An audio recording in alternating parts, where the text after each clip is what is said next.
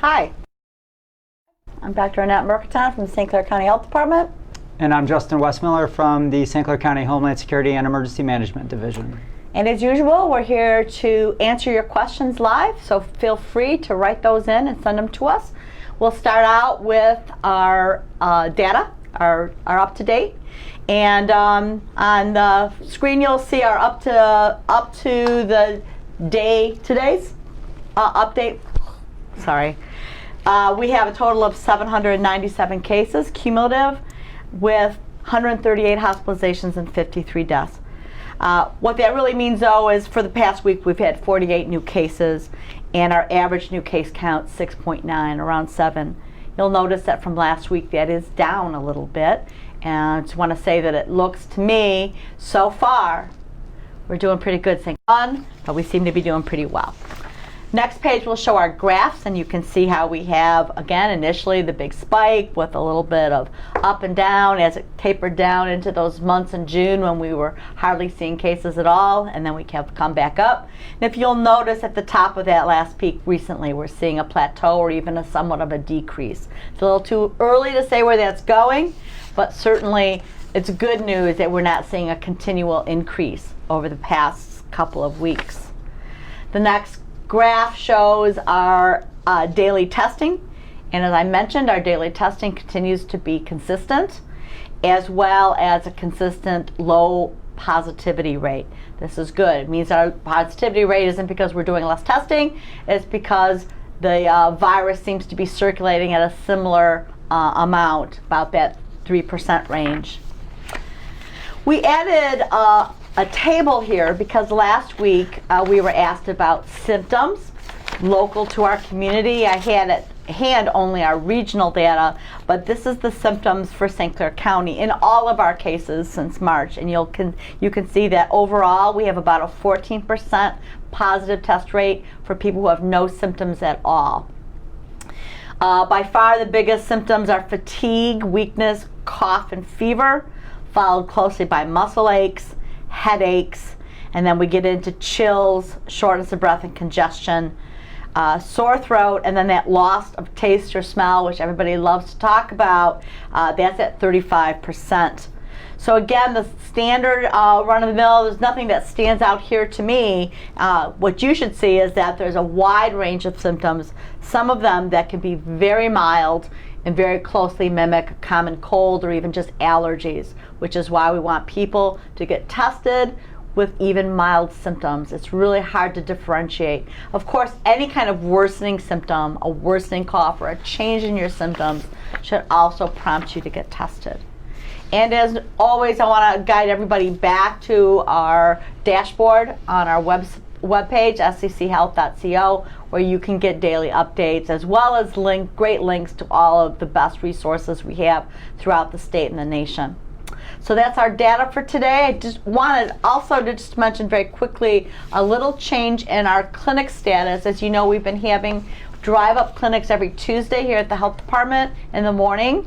For the month of August, we have switched gears and we're going out on the road. We have partnered with our school districts, and for each week starting August 10th, we will be in a different school district. So Monday, August 10th will be Landmark Academy, then we'll be in Marysville, then KPAC, then Yale, and then the following week, Algonac, East China, Memphis, St. Edwards on the Lake, and we will be following up with one at Port Huron School District as well on August 26th. So if you want that updated schedule, please look on our website. Those clinics will ideally be by appointment. They will be free. We will be offering PCR testing, not antibody testing, and they will be in the evenings to accommodate people who are working, so 3 to 7.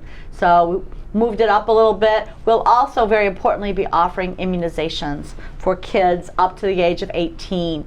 We want our kids to be up to date on the immunizations when they get back to school, so that will be available to you as well at these clinics. So, good job. Start with questions. Sure, we don't have any questions on social media yet, so Justin, will you take the first one on the sheet? Sure. The first question I have is where can people report businesses that are not following the governor's executive orders? And we've talked about that for a couple of weeks now. And the most appropriate place to send calls for businesses, and again, what we're seeing most around the county right now is businesses are doing a great job.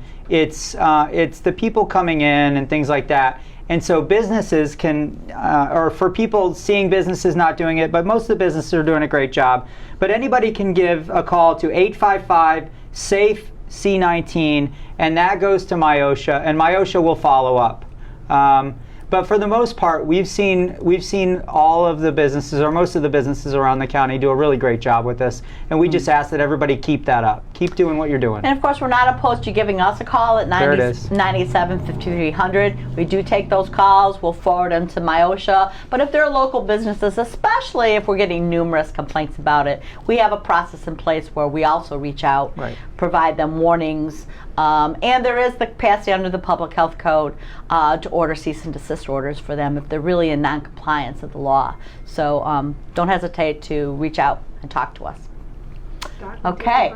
Yeah, the first question is a really important one, and it's a member of a group I meet with every few weeks. Had a positive COVID test. What do I do? This comes up a lot. So and so I know was tested and positive. What do I do? So remember, COVID doesn't like jump across the room at people. You really need to have exposure to people's respiratory droplets, things that come out of their mouths and nose when they talk or speak or breathe. And you need to really be within 6 feet of an individual longer than 15 minutes to really have a significant concern about exposure. Not only that, but that exposure has to be during the time that that individual was infectious. A person who has a positive COVID test is infectious from the time they have symptoms 48 hours prior to that, and then throughout the time they're symptomatic. Now, if they had a test just because they were worried and they don't have any symptoms, we consider them contagious from the date they had the test done positive and then 48 hours prior to that. So when you were exposed to them is also important, and how long you were exposed. If you're not sure, give us a call. If you think you're exposed in a way that puts you at higher risk, you have a couple of choices. The most important one is to pull back and not expose yourself to other people. Remember, the incubation period is 14 days. So it takes 14 days to know for sure if you have in fact contracted the virus and it's incubating inside of you. So we want you to be careful for that full 14 days. If you're a high-risk exposure, we're going to call you and talk to you and tell you exactly what to do. But say you're not, you just want to be more careful, just avoid large crowds, avoid vulnerable people. You can consider testing, but do remember that a test, a negative test on whatever day, is just a negative test on that day. And if you really are exposed, you need to be careful for the full 14 days, regardless of whether you had a negative test or not. So a negative test is not a free ticket to ride, okay? So hopefully that's clear. And do we have those guidelines as well posted? I tested positive, what then, if then? We have, so I was tested. That's on our social media. So we also have some, and take a look at our Facebook pages as well as our website, because we do have guidance there that can go through it. It's a little confusing, but the bottom line is it depends. But if you think you've been exposed, ask the question, look it up, and consider pulling yourself back from that party, going to visit grandpa, some of the things that could really kind of nail you. So the first question was, are there a lot of cases in St. Clair County? I'm assuming that means in comparison to our surrounding. Okay, so the question is, how are we doing in St. Clair County compared to the region? And we're quite honestly doing very well compared to the rest of the region. Our sisters down at the south, Macomb County, they're at a much higher rate than we are. So stay local, stay with your little bubble group. We should be okay. Lapeer is doing very well as well. But you know, the more populated communities, counties, they are definitely ahead of us, and we're seeing some rising still in those communities. So St. Clair County, keep up the good work, but don't let your guard down. Yeah. The next question is about schools. So what do you think about the schools opening? Is it safe? Want to do that? Yeah, I'll take that one. So rise in our case countywide, obviously, and statewide, has a direct link to schools returning, whether it's in person or hybrid or virtual or a mix thereof. And so both school officials, health department officials, Homeland Security emergency management officials, we're all working together right now to come up with the best plan for all of the school-age children throughout the county. And we expect for those plans to roll out for each school district very, very soon. Some of the school districts have already made decisions, and we expect that the rest of those decisions will be made here in the next 2 weeks potentially. So for those districts that haven't made those decisions, for the parents, just please be very patient. As you can tell and as you've heard throughout the last 7 months, things are very fluid and changing all the time. So I know it's difficult, and I'm just asking for a little more patience because as you can see, the numbers are changing daily, the information is changing daily, the information from above us at the governor's level is changing daily, and I know that it's hard, and I know that you're pressured for people like us to make decisions, but I assure you that we're working as diligently, as safely, and as effectively as possible to get that done for you. Yeah.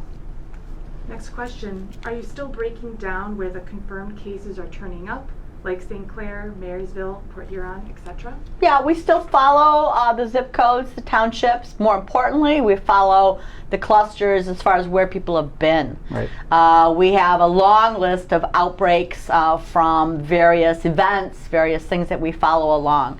I'll say this again, where you live individually within St. Clair County is really not your risk. Please do not feel you're at less risk because you live in Greenwood County versus Capac versus Algonac.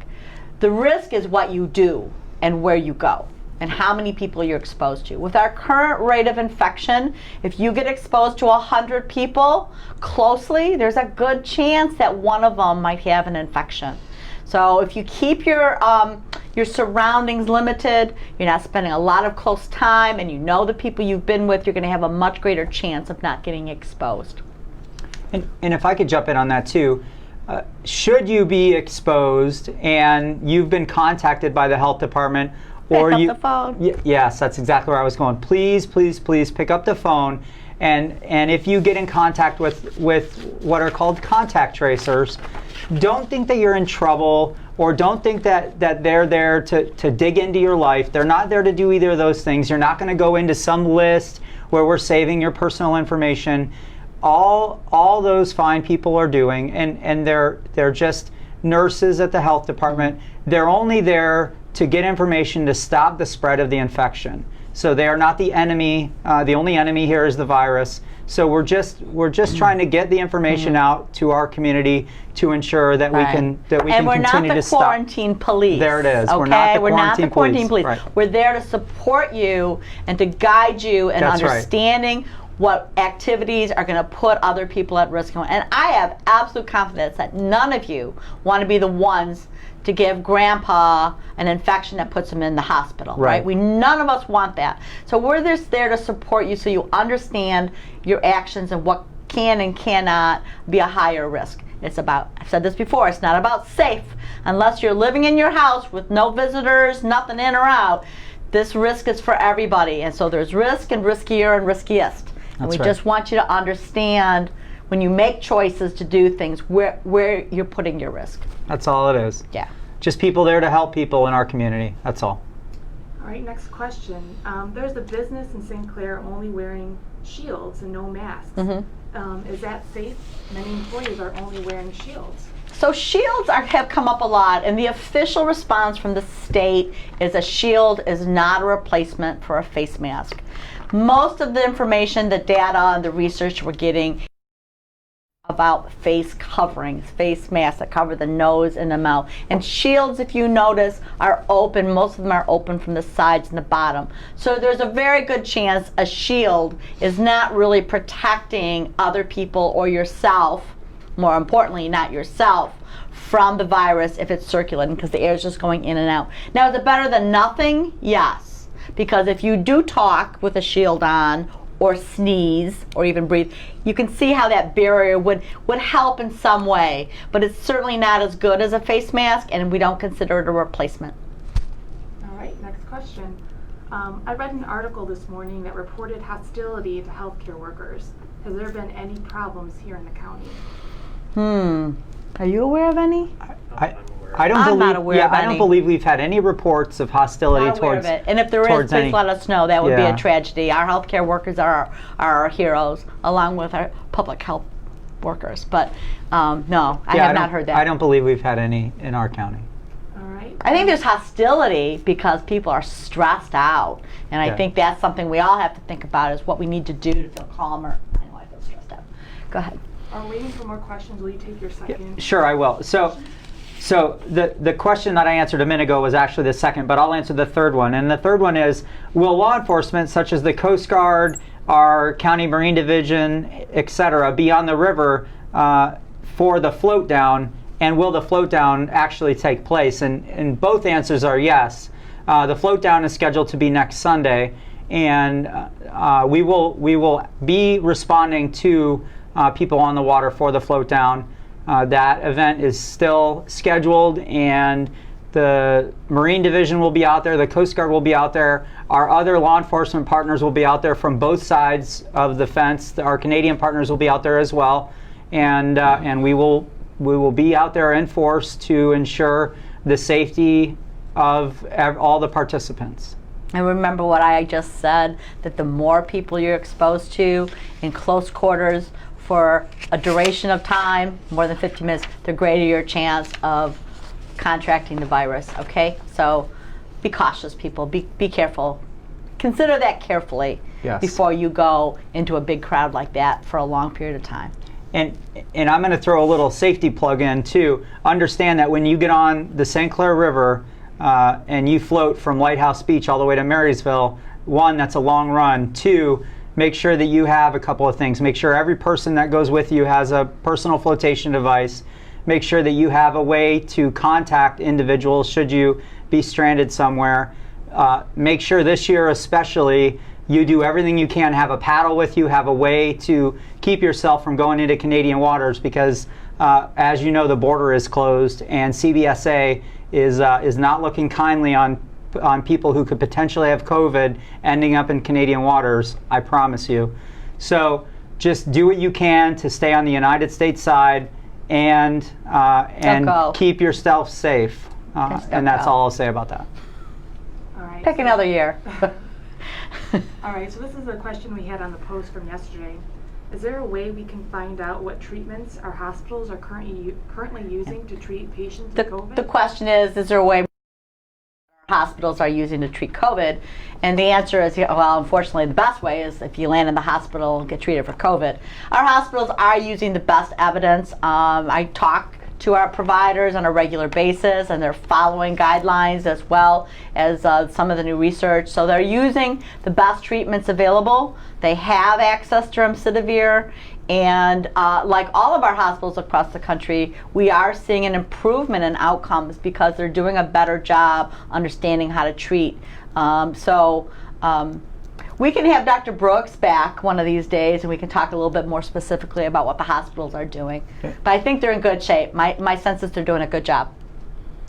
Yeah, I think, we had Dr. Brooks here, we had Dr. Reddy here, and we had Dr. Bachelor here, and all three of them really had great things to say. So they're on top of it. It probably would be good to have all three back and around to hear what they have to say.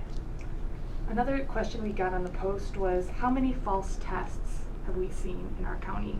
False tests. False The question is, positives, how many yes, false positives? Well, since we are only doing, as a health department, PCR testing, I can tell you that the false positive rate of PCRs is very, very low. If it's positive, you're looking at close to 100% accuracy, okay? Now, a negative can be a false negative if there's not enough virus or DNA to detect.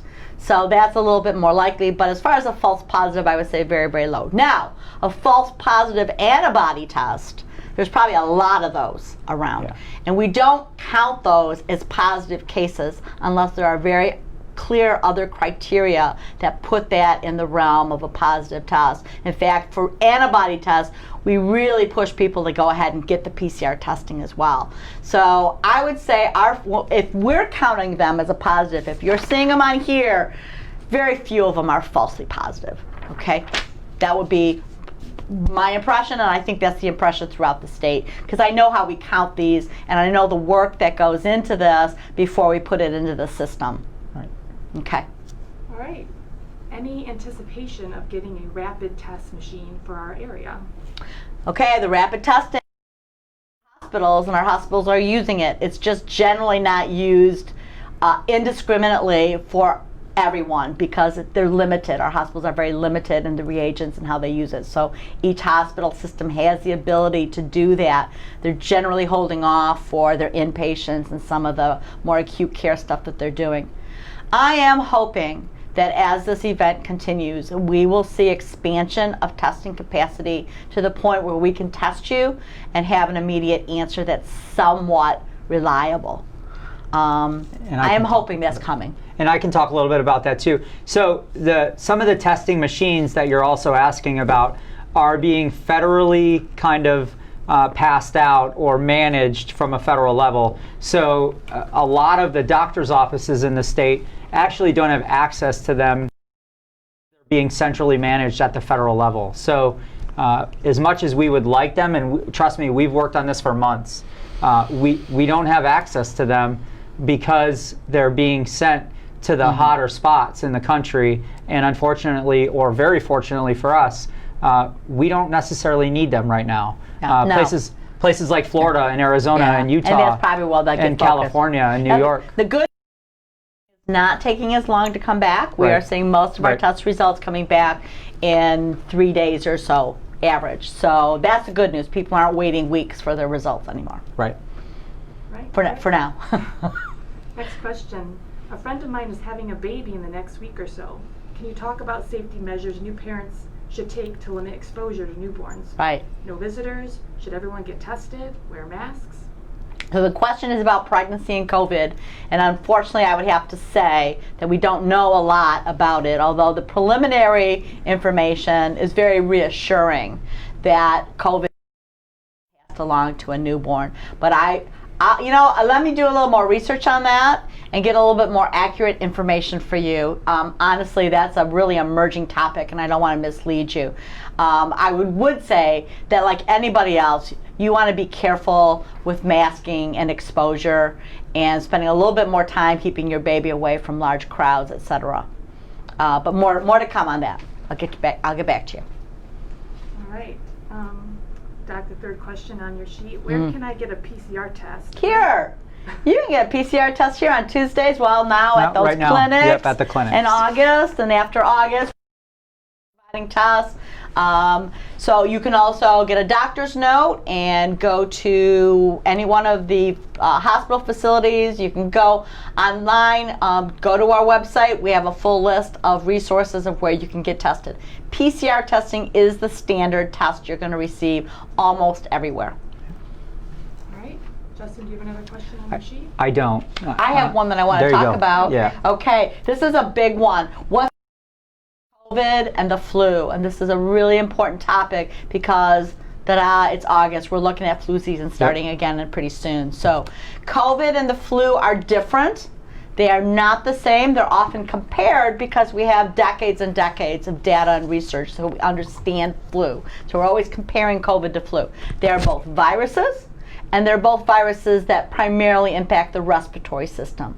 Beyond that, there is no similarities. They're different viruses. They behave differently. They create different effects in our bodies. Influenza is absolutely a seasonal virus. It comes and it goes. We can almost always predict. We're going to see it in the winter, and by spring it's gone. We have a vaccine for influenza that's relatively effective and can definitely prevent you from getting seriously ill. So with COVID, we just have a different organism. It's a different virus. It's particularly difficult because we don't know a lot about it and we don't understand a lot of what it does in our bodies. But they're definitely two completely separate viruses. Okay? It's kind of like the difference between a herpes virus and another virus that causes pink eye coronavirus or something like that. So there are differences, and we only use the comparison to look at the severity of the impact on our community. All Okay. 2 more questions from Facebook. Good. Would you recommend school-age children wear cloth masks and shields? The question is, should school-age children wear cloth masks and face shields? Probably not. That's a an lot. extra burden. Yeah. I was doing that today, and I tell you, it's hot and it's sticky. I would say cloth masks are adequate, but if you need to see a child's face and there's language issues, then wearing the face mask in replace of it is the only alternative I can tell you. If you have a super vulnerable child, though, and there is a need to do added protection because of what they're doing or the situation they're in, that's when you'd want to add an extra layer of protection for the eyes, and that's basically what the face shield's about. It protects the eyes. And actually, we recommend goggles with healthcare providers, not just shields. We're recommending that they put something on that protects their eyes all the way around. All right, this will be the last question. Is River District equipped to take COVID patients, or are they transferred to St. John's? They are. Yeah. They actually have a COVID wing set up, but right now they're just handling it in a separate part of the hospital. So yes, they are absolutely set up to manage COVID patients. Perfect. So, closing comments? Closing comments. I said it before. I guess I'll just say this again. Go St. Clair County. Yep. You guys are ripping it. I think as much as you see people that are not compliant, I think the majority of you all are doing a only reason we're seeing this. Okay, it's not because the virus is gone. It's not because it's been weakened. It's because the people of St. Clair County are doing the right thing, and it's not being spread in a rapid way that's causing this dramatic. So if we can keep doing this, I, for one, feel a lot more comfortable going into the school season. If we're in a place where everything's kind of losing control, we're accelerating, it's going to be a lot harder to feel comfortable about kids going back to school. So if there's anything I can say is keep up the good work. We'll keep our eye on the pie. We're going to keep watching this like a hound dog and let you know what's happening. But if we keep doing what we're doing, I think we're going to be okay. And we're going to get through this together. Yeah, and I'll second that. And what I'll continue to ask all of our viewers and all of our community is flexibility is the key to success here. Things are going to go up, things are going to go down. Obviously, we like it a lot more when it's going down, but we're going to get into the winter months. We know that things are going to change probably, and I beg of all of you, just maintain flexibility. Know that we've got your back at all times, and we will be there to support the community and support you all 100% or more if needed, and just hang in there. I know it's been a long, hard road up until this point, and just keep driving down that road, and at some point we will be able to get through this and get to the other side. And we'll see you next week. Have a great weekend. See you next week, guys. Hang in there.